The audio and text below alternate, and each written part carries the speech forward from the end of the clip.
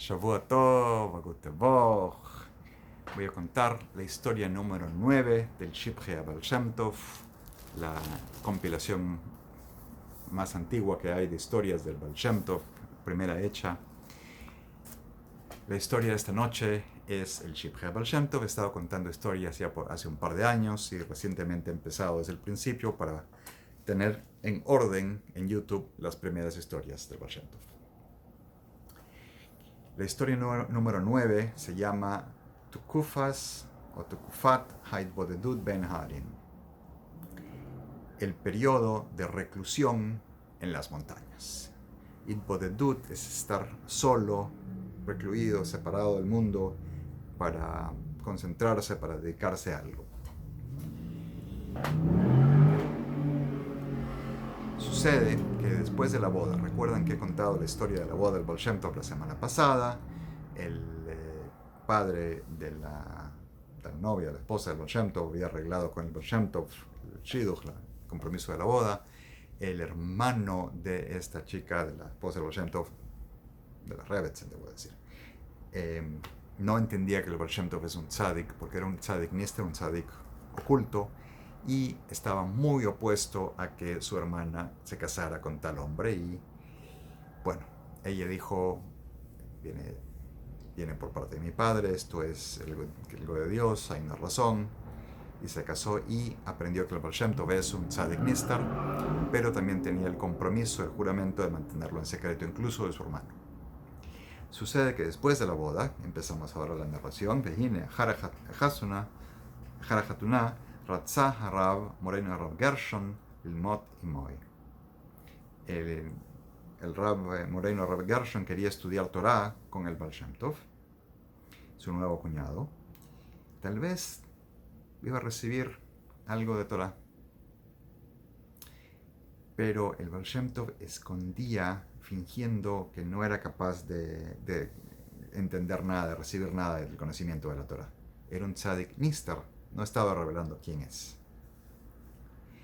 Entonces el Rav Gershon le dijo a su hermana, realmente me causa bochorno, vergüenza, la ignorancia de tu marido.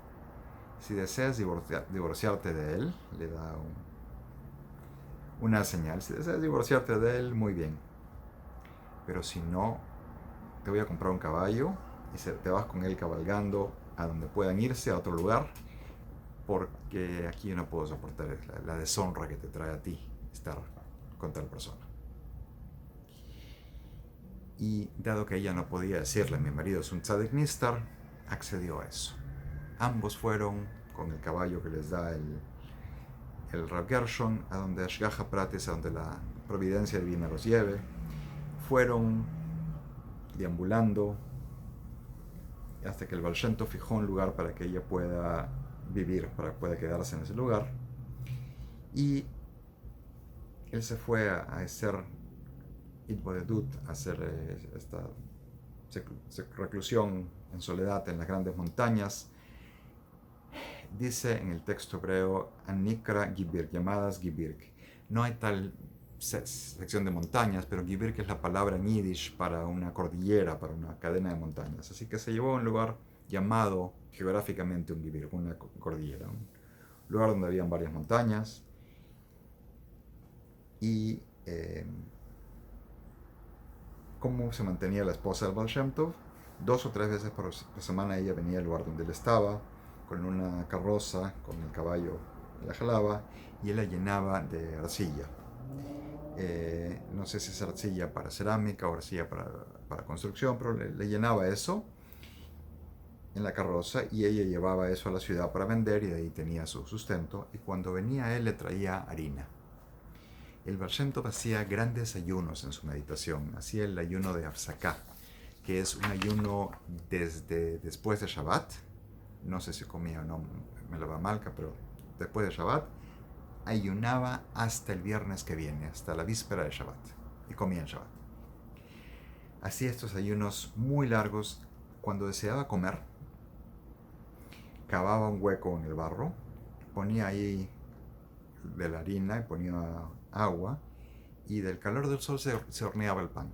básicamente lo milagroso, porque no se hornea el pan de esa manera, pero así salía, y de ahí tenía la comida para comer después de sus largos ayunos, y todos sus días los pasaba ahí en el Bodedut, en esa soledad y en meditación. Harim Hayu, Harim Gidolim, eran montañas muy altas, había entre ellas, del barriento que estaban dando, había un barranco muy profundo, y casi sin pendiente, el terreno empinado, eran como dos paredes los acantilados que había, y el Baal Shem Tov estaba en las profundidades de su Itbonenut, de su meditación, de contemplación, caminando entre las montañas, pasando de un lado al otro, y de pronto se acerca hacia un acantilado, a un precipicio. Había unos bandidos, gazlanes, unos ladrones de caminos, y lo ven a lo lejos, y uno de ellos lo observa y dice: ven a ese hombre ahí, que se va a caer por el acantilado, y se va a romper los huesos y los intestinos, se va a caer y...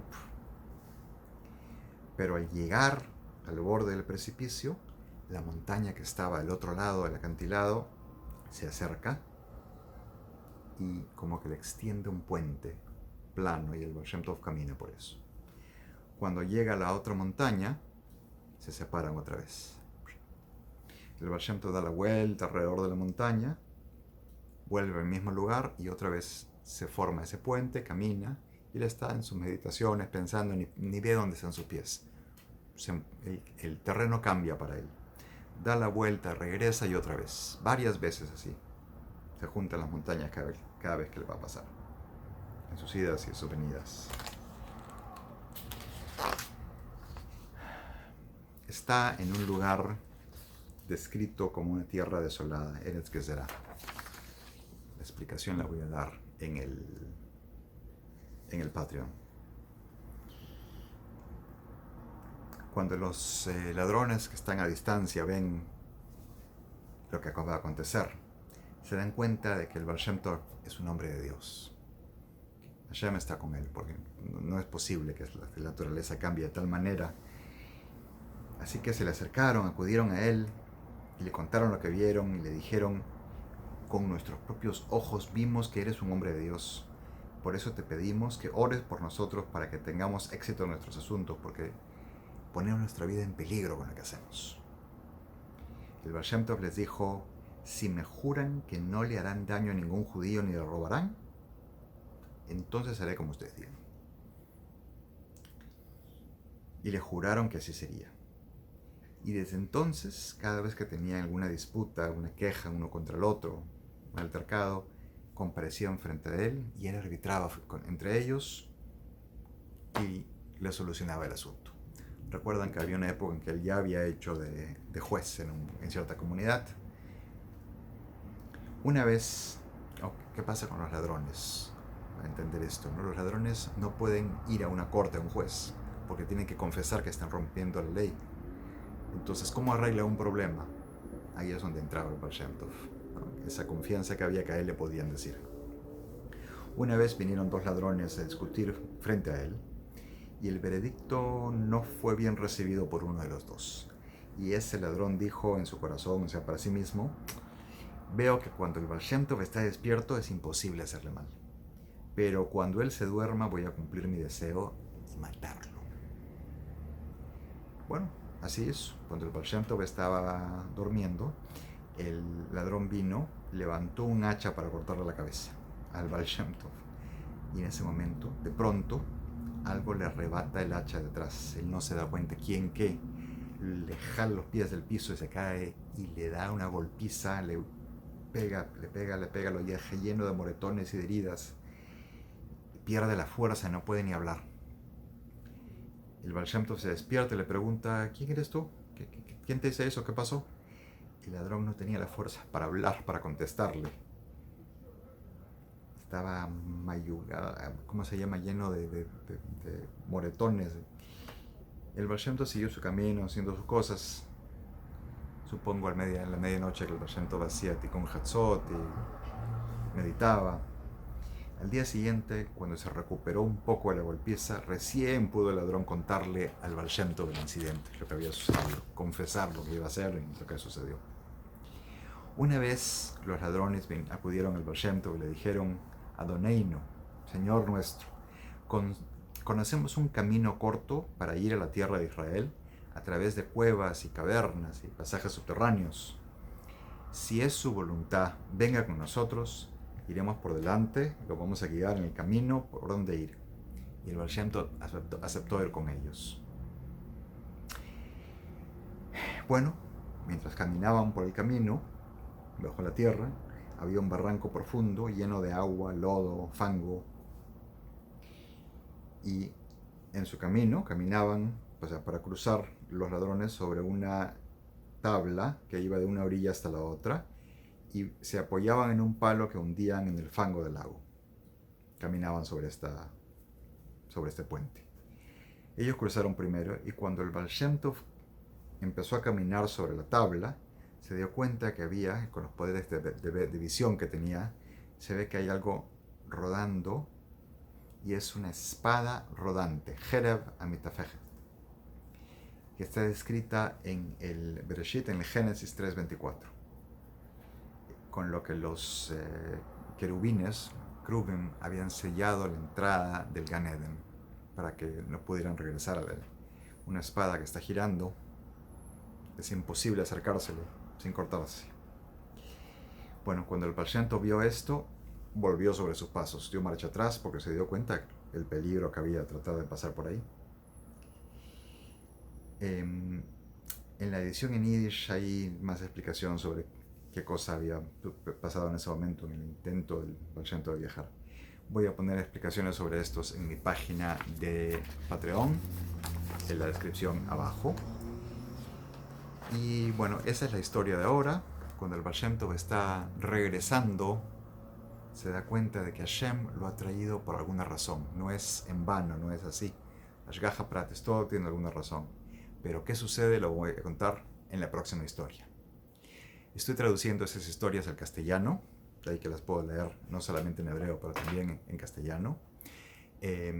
Y bueno, hace 2 años que vengo publicando estos videos en el YouTube. Quien quiera colaborarme, tanto para el tiempo y la educación, como para el trabajo que va a ser editar y publicar estas historias, agradezco las colaboraciones. Pueden venir a mi página de Patreon gratuitamente para todos. Tengo explicaciones sobre la historia que narro cada semana. Y por favor, me dan un like, un me gusta, colaboran, compartiendo, contándole a sus amistades sobre las historias del Baal Shem Tov, contándoles historias del Baal Shem Tov. Y nos vemos el próximo Motzei Shabbat con la historia de la semana que viene. Shavua Tov, a gute Woche.